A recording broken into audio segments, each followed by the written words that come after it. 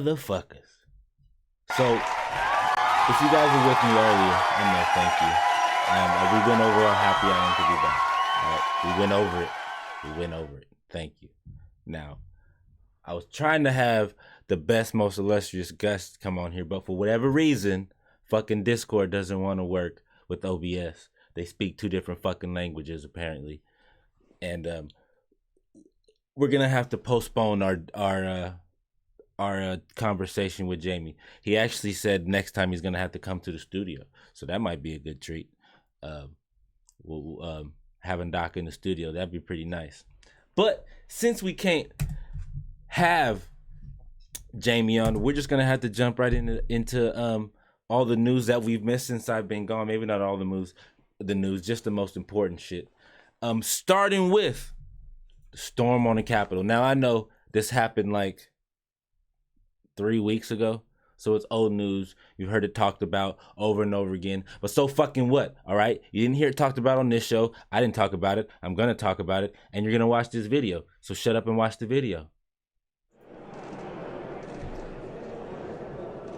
I hope Mike is going to do the right thing. I hope so. I hope so. Because if Mike Pence does the right thing, we win the election. Are there any objections to counting the certificate of vote of the state of Arizona that the teller has verified appears to be regular in form and authentic?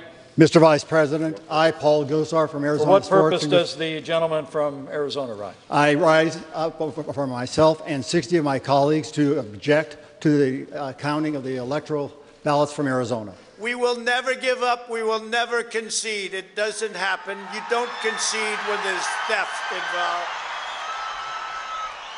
Our country has had enough. We will not take it anymore, and that's what this is all about. And to use a favorite term that all of you people really came up with, we will stop the steal. This election were overturned by mere allegations from the losing side, our democracy would enter a death spiral. For those who respect the voters, simply telling the voters, go jump in a lake, the fact that you have deep concerns is of no moment to us. That jeopardizes, I believe, the legitimacy of this and subsequent elections.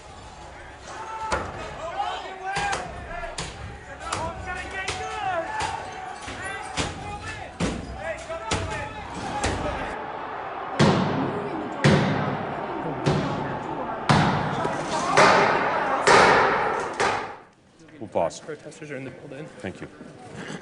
Without objection, the chair declares the House in recess pursuant to Clause 12B of Rule 1.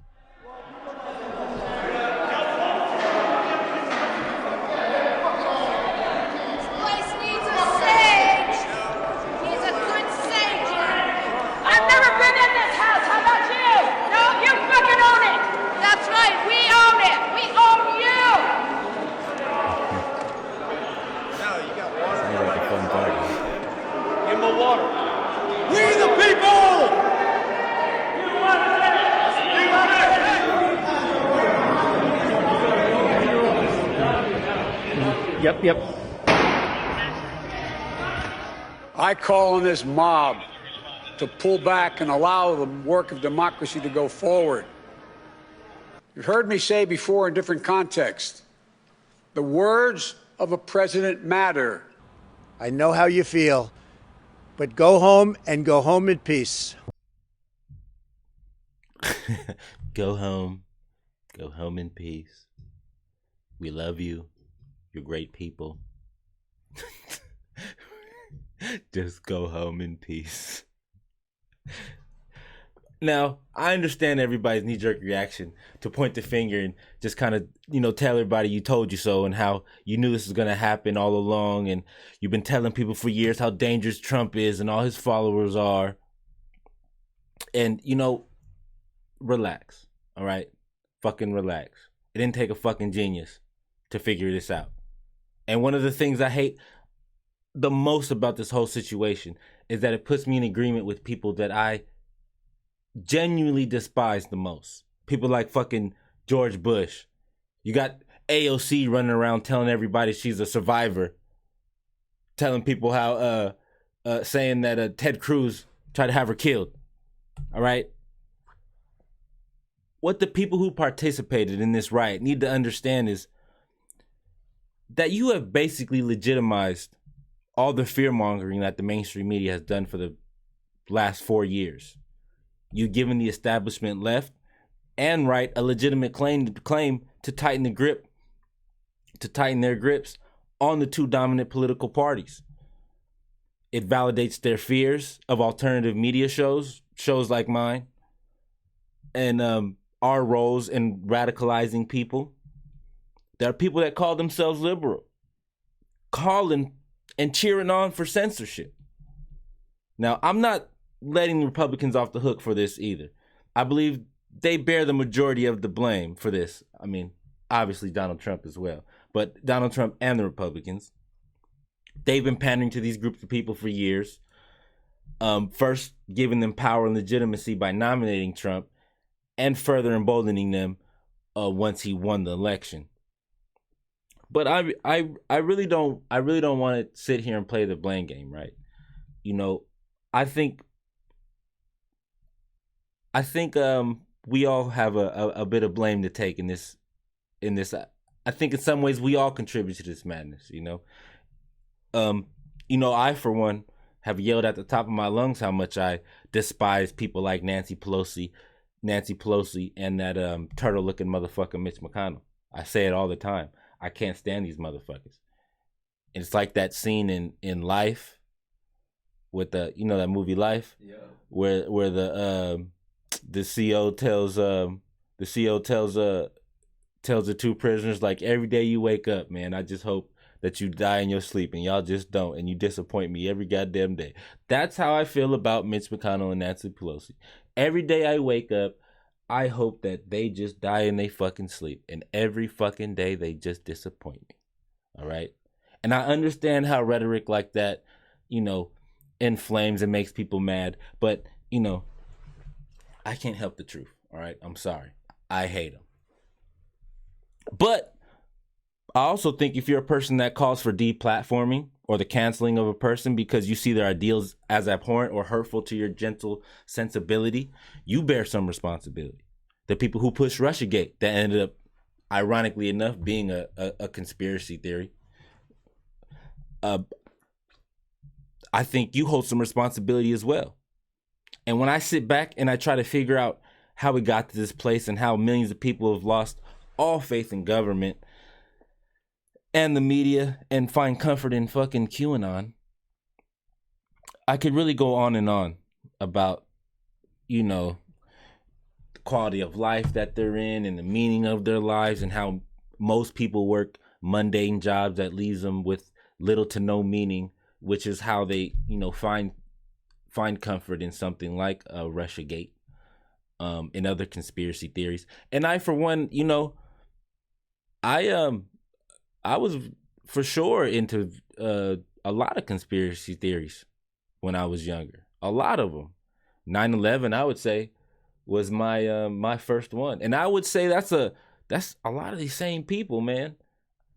A lot of people like to say that Obama was a real turning point because that's when like the wokeism started to come up and people started, cancel culture came to rise and all that.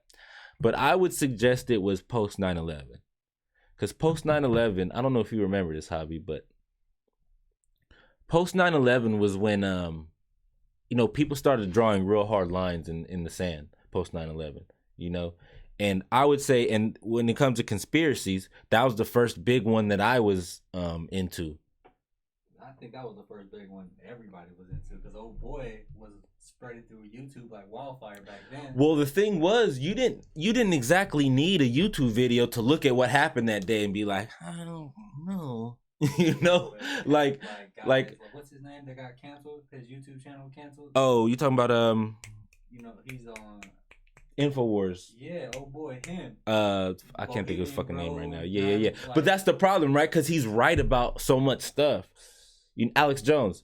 When you're right, when you're right about so much stuff, like And then you have these other, and then it's hard to, you want to go along with, you want to believe it when he shows this video of these powerful people being in the Bohemian Grove doing all this weird shit. You're just like, what the fuck? Everything he says has to be true, you know? And I understand, and I was super into the Illuminati. I was super into the idea of the fucking of the music industry all being controlled by sadists and you know, evil doings and evil things, you know. And one of the things that honestly kind of brought me out of that, especially the whole Illuminati thing, was I like history, you know. I'm very much into history, and I went through this phase of like everything World War II, you know what I mean, and basically just finding everything I could about what happened in World War II, about Hitler himself and how he went from being in prison to running a fucking whole country and starting a world war, like within like 10, 15 years, like was in prison, got out, ran a country, started a world war, and almost won. Like a real life super villain. You know what I'm saying? If you think of all the fucking super villains in comic books, he was like as bad as all of them, if not worse than like Thanos. That's like the only motherfucker he like, maybe he's not as bad as him. You know what I mean? Maybe. But I don't even know if you could say that. Anyway, I digress, right? But I think that's where a lot of this kind of stems from. And this is what I mean, where I can go on and on about people's lives and their situations and you know, the quality of their life that gives them reason to you know, mistrust the media, how they've been gaslit for years by the mainstream media, the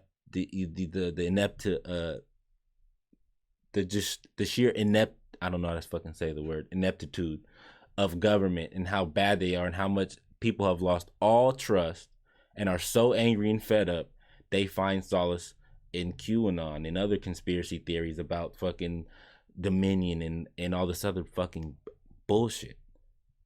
But really, at its core, when I think about the problem at its core, it's more of like an angry boredom. It's an angry boredom, to which the consequences are much greater than the act itself. This is what I like. The consequences of this scenario, of what happened, are going to be much harsher than the actual act, the act that was committed, the storm on this Capitol. When you look at the ramifications of this, the new form of censorship that is coming forward. You know, we just had all these people go out there and they say, well, Twitter is a private company. They can do what they want. They want to censor somebody. That's what they can do. They're a private company. They have the right to do it. Well, then, you know, and if you have a problem with it, make your own Twitter. Well, it turns out that you can't, because Parler, who was basically an alternative, it's like the Wild West of Twitter. I've never been on the app. I don't know much about it, right? But this is the problem, right? When you basically only have two carriers of web service that'll allow you to operate. You're either on Google or you're on Apple. Those are the only two players out there. And if Google decides to shut you down, if Apple decides they're not going to carry you, then what do you do? And I understand. I think there can be other ways and other forms of discipline for this app or whatever this company is for what they did or did not do. There are many ways. But for you to just you know, suspend them first and then cancel their web service so they can't even operate as a business is so crazy, because now you have a situation where Google is just picking winners and losers. Apple is picking winners and losers. And I understand when it happens to, you know, somebody you don't like or somebody you can't stand, that it makes it feel okay for you. But they will eventually come for you. Ask Ellen DeGeneres. The angry mob comes for you. No matter how woke you are, if you don't tote that line exactly how they want you to, if you say something against what they want, they will cancel you forever. And it's not a case of, well, you just make your own Twitter, start your own thing. It don't work that way. Google has shown they will pick a winner. They will choose sides. Twitter has shown we'll pick a winner. We will choose a side.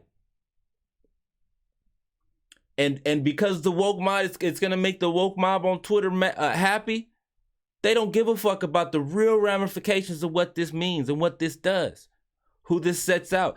This is this is how you actively create an enemy. By silencing and just sort of banishing an entire group or population of people with certain ideals to a whole corner, instead of letting their ideas exist in the main zeitgeist of ideas, right? The main sphere of ideas. If somebody has a dumbass idea, it's pretty easy to argue them down. And if they don't see it that way, well, then too fucking bad. You know, keep it moving. They're a lost cause. That might be. But once you banish people, there becomes a certain point, right? When you take the my way or the highway approach, at some point that highway is going to have more people than your way. That's what's going to happen. At some point, you keep taking this my way or highway approach. At some point, that highway is going to have more people on it than your way. And then what you're going to do? We see the same fucking with Robinhood. Moving right into our next story. You have an app, ironically enough, that wants to call itself Robinhood, who, I don't know if you're familiar with the story of Robinhood, right? He's the person who steals from the rich and gives to the poor. But apparently Robinhood, they got that story backwards. Because what Robinhood did was seen a hedge fund getting their ass kicked and block users from buying the stock that was whooping these hedge funds' asses. So for all you, it's a private company. They can do what they want. This is what you get when that's your justification of a private company just doing whatever, just running the way it wants to. You have this fraud of a company that calls itself Robinhood that sees this fucking hedge fund getting its ass kicked and wants to change the rules. It's a fucking shame. It's ridiculous. It's the same thing when it comes to censorship. It's basically the same thing. And I'm telling you, I said this before, but with Joe Biden, you're going to see a wave of censorship ushered in that you have never seen in your life. I promise you. And I want to dive all the way into this Robinhood, but first I want you guys to listen to these two fucking douchebags. These two douches in a fucking suit twist themselves into fucking pretzels trying to justify Robinhood's action. Andrew Ross Sorkin now, co-host of Squawk Box, genius guy. So Andrew, the people are crushing the establishment. It must be time to change the rules, right? Well, that's what some people would say. And some people look at this as a stick it to the man opportunity. And they say that the system has been rigged all along and that this manipulation, which is what it is just doing it just in reverse. I'm not sure everybody fully understands what's happening here insofar as even when you have a hedge fund that is the, quote, loser, who the losers really are, which historically are pension funds and pensioners. So I understand the dynamic at play, and it's remarkable, and it's a lesson for everybody in so many ways, but at the same time, it's become a Ponzi scheme that has gotten more than a bit out of control. A Ponzi scheme. A Ponzi. Go fuck yourself. Go fuck yourself. Because what the hedge funds did was massively tried to short GameStop by more stock than actually exists. This is how greedy these motherfuckers are. They shorted the stock by 140%. That's more stock. They shorted more stock than actually exists in the fucking company. That's how greedy and heartless these fucking motherfuckers are. But as soon as they start getting their ass kicked, they block everybody from buying shares and only allow you to sell, which coincidentally just causes that stock to completely plummet. And we have another little whiny bitch on television to complain about what's happening. What it's doing is people are sitting at home getting the checks from the government, okay? And this fair share is a bullshit concept. It's just a way of attacking wealthy people. And, I think it's inappropriate. We all got to work together and pull together. The reason So we all got to work together. What the fuck does that even mean? What are you talking about? We are working together. That's what we were working together. We were working together. All right? I'm AMC to the moon. And I hope all you motherfuckers, all you retards out there, you come with me. All right? We are going to the fucking moon. All right? All you apes out there, all of us, I'm with you. I am here. I am here. I'm with you. My money is in. Fuck these people. Fuck these people, man. I don't care if I make a dime of it. I just want to see them bleed. That's all. Fuck the money. Fuck the money. I don't care. I just want to see these motherfuckers bleed. At one point, Melvin Group, which is the hedge fund that shorted, was down over $1 billion. Down bad. We breaking them to their fucking knees. They was down bad. And shortly after, they had to go and Robinhood had to go and raise $1 billion. And you had the owner, the CEO of Robinhood, come out and say, no, it wasn't a liquidity problem. When at the end of the day, if that's what it was a liquidity problem, because I don't want to sit here and try to break down the whole, I understand it, I'm not going to be able to break it down in a way that I feel comfortable enough conveying it to you. But at the end of the day, it was a liquidity problem for Robinhood. And if the man would have went out there and initially just said that, he could have actually, salvaged some credibility for himself and said, look, man, it's a liquidity issue. I had to stop, if you got, I had to stop the buying just so I can make sure we be able to pay out, given whatever occasion that they would have had to. We had to raise these funds. If he would have just said that, people probably would have been a lot more understanding. But you go out there, you go on CNBC and just lie to people's fucking face. And me, I just thought, I wanted to go over some fun facts with you, but I see I have a little thing. So I just want to read off briefly what happened, right? So Reddit page, there's a Reddit page called Wall Street Bets. They took notice of this short that was happening, and they levied its entire following to buy stocks and crush this hedge fund into bankruptcy. When they boosted the stock by several %,000%, Robinhood decided to pull the plug, effectively making the stock plummet and allowing hedge funds to readjust their short positions. You saw those two twist themselves in a fucking pretzel, explaining their dissatisfaction with the scenario, I should say that. And then you saw that other old fucking nutbag almost cry on TV about how weird people, poor people, are just trying to hurt rich people. The agony. But there are some fun facts just for you guys to know. About Robinhood. You should know, if you are a Robinhood user, that you are not Robinhood's customer or client. They're not selling. It's a free app for a reason, and nothing is free in this world. So if you didn't know, what Robinhood does is takes your data, your trading data, and all its users' trading data, and it sells it to hedge funds so they know what people like you are doing. That's their customer, our hedge funds. And the Treasury Secretary of the United States, selected by Joe Biden, it just so happened, her name is Janet Yellen, by the way, Treasury Secretary. Look her up, Google it, whatever you want to do. I'd put her face up there, but she ain't too, I don't want to show you guys that. It's not a good, anyway.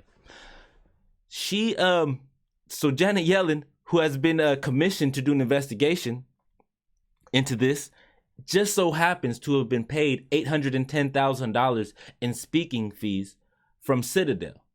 If you're not familiar with who Citadel is, They just happen to own Robinhood. It's funny how it's like this little like club and you ain't in it. You ain't in it, I ain't in it, he ain't in it. We ain't in it. They're in it, you ain't. Janet Yellen's in it. She just got $800,000 in speaking fees. And I promise you, ain't no fucking speech in the world Janet Yellen could put together that's worth 800 fucking grand. That's just 800 grand for favors, which I guarantee you she's gonna do when it comes down to this investigation.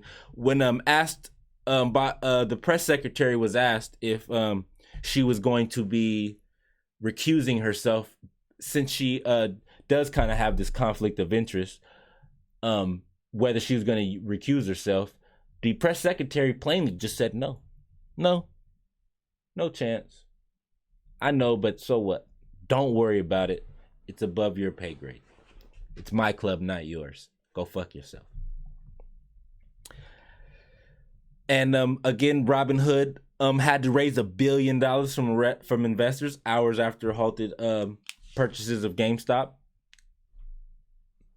And we're in the situation we are today. They did it again quietly, I should say. Very quietly. They did it a second time. They did it to AMC. What's today? Wednesday?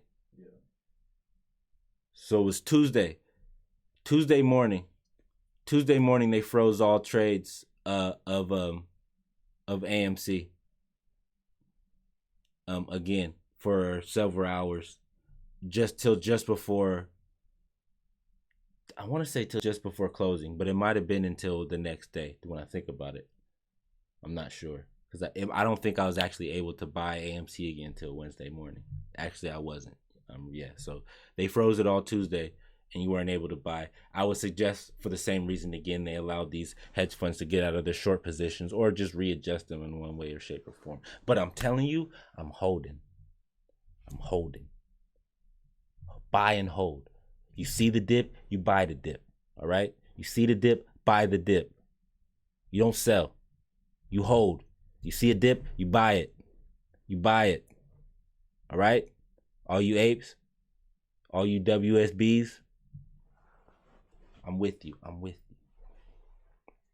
But last and not least, we are moving on to the stimulus package, which Joe Biden and many of the other Democrats have been promising immediately was going to happen as soon as Donald Trump came in office. Now, let's take a look to see at what the Democrats promised that they were going to make happen during Joe Biden's entire election campaign and during the 2 runoff seats in Georgia.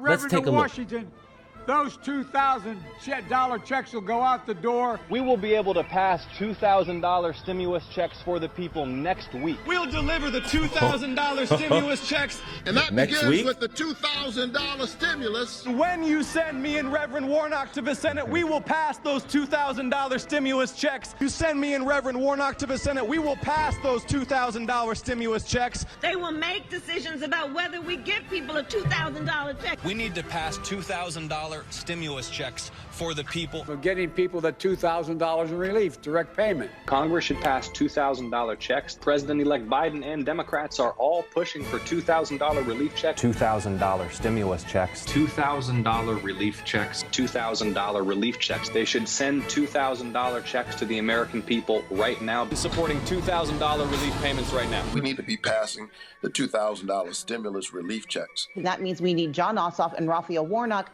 who will go to D.C. to ensure the $2,000 checks. You see ads that say, want your $2,000 stimulus check? Vote Democrat. Vote for Warnock. The stimulus check. Chuck Schumer's trying to increase it to $2,000. Well, I actually have a bill for that. One of the first things that I want to do when our new senators are seated is deliver the $2,000 checks to the American families. What happened? It's February. How many days was it? 31 days in January? Yep. So we're, 13? What's today? Today is the 3rd. So we're 14 days in. and you don't even have anything on the floor.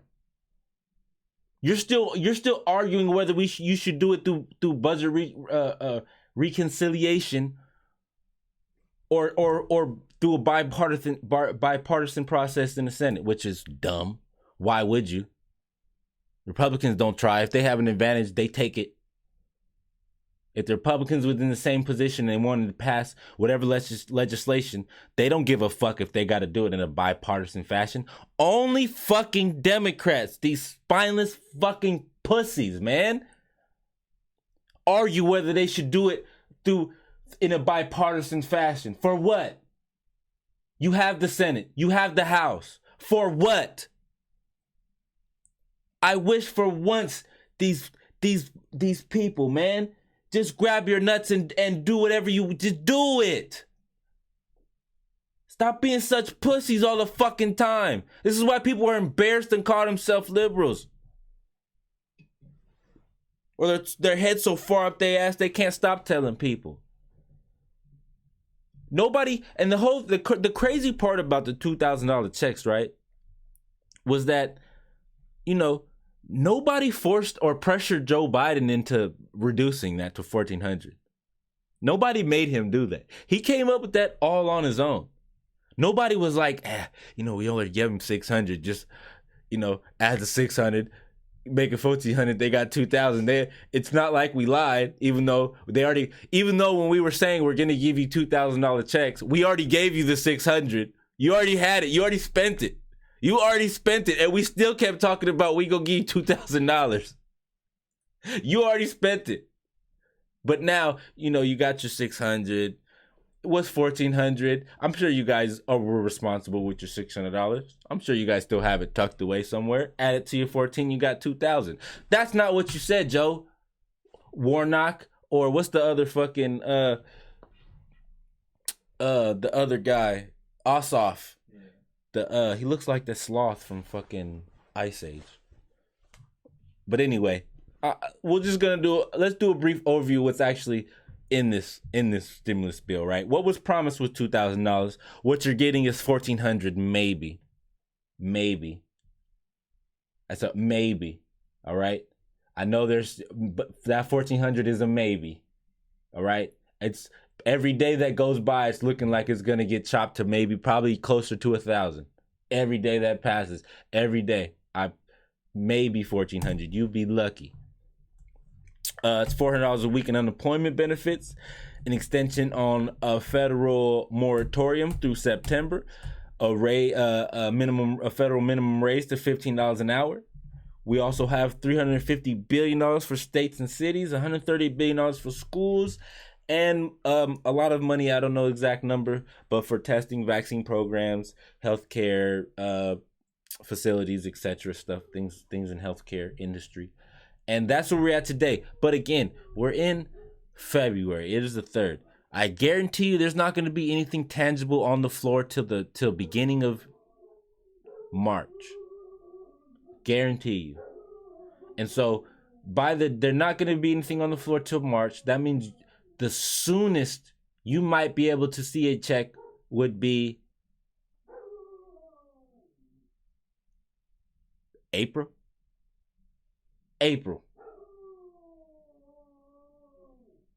Not immediately. As you saw in the last video, what he promised. Not immediately. April. You're looking at the soonest you can get checks. And we've detailed over, the financial situation that people have been in since the beginning of this outbreak, and how you have a looming eviction problem on your hands. Because again, the only people who are protected by this eviction moratorium are people who's, if you live in an apartment and whoever owns your apartment their loan is backed by the government, by federal bank. Those are the only people that are safe from eviction. But if you're a private seller, and it's tough. It's tough for the position that they're in too. Because if you can't pay them, they can't pay the bank. They tuck and take their house. Now I know they're a private seller, but you can't expect them to pay your rent for you. And who's bailing them out? And then they're going to further means test this stimulus check to where they're going to break the income. So if you are somebody who has enough income to have rentals that you give to somebody, that person's not even qualified to get any money. Not that $2,000 realistically is going to help them, but who knows? Maybe that is the only thing that helps them get through the month. Because most people are only going month to month at this point. They don't know how they're going to get to the next month. They're figuring it out as it comes. That is the situation people are in today. And you have a Democratic president, a Democratic House of Representatives, and a Democratic Senate. You control all the houses. And you are doing this to yourself. Democrats are purposely nerfing themselves. And you still haven't got a grip on the vaccine. On the pandemic. Like I said, I tried to have Jamie here today. We had some technical difficulties. It sucks. Maybe if we still can't get him, maybe we can get him in the studio. Hopefully. But with that being said, it feels good to be back, you guys. I hope you guys enjoyed this week's episode. Again, I'm gonna do my best to fix these issues that we have. I want to get Jamie on, whether we have to get him through Discord or we get him here in the Issue Live studio. I will get you these COVID updates with a man like Jamie who's as smart and knows what he's talking about, and to get that to you. But until then, thank you guys all for watching. I'm your host. And until then, stay out of trouble, kids.